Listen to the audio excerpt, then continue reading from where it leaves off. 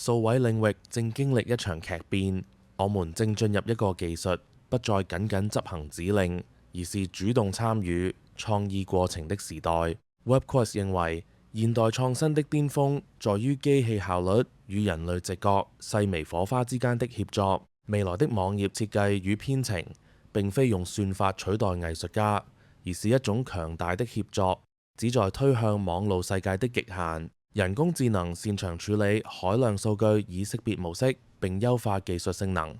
當應用於客製化網頁開發系統時， AI 可以幫助預測用戶行為，從而實現更具動態感和個性化的界面。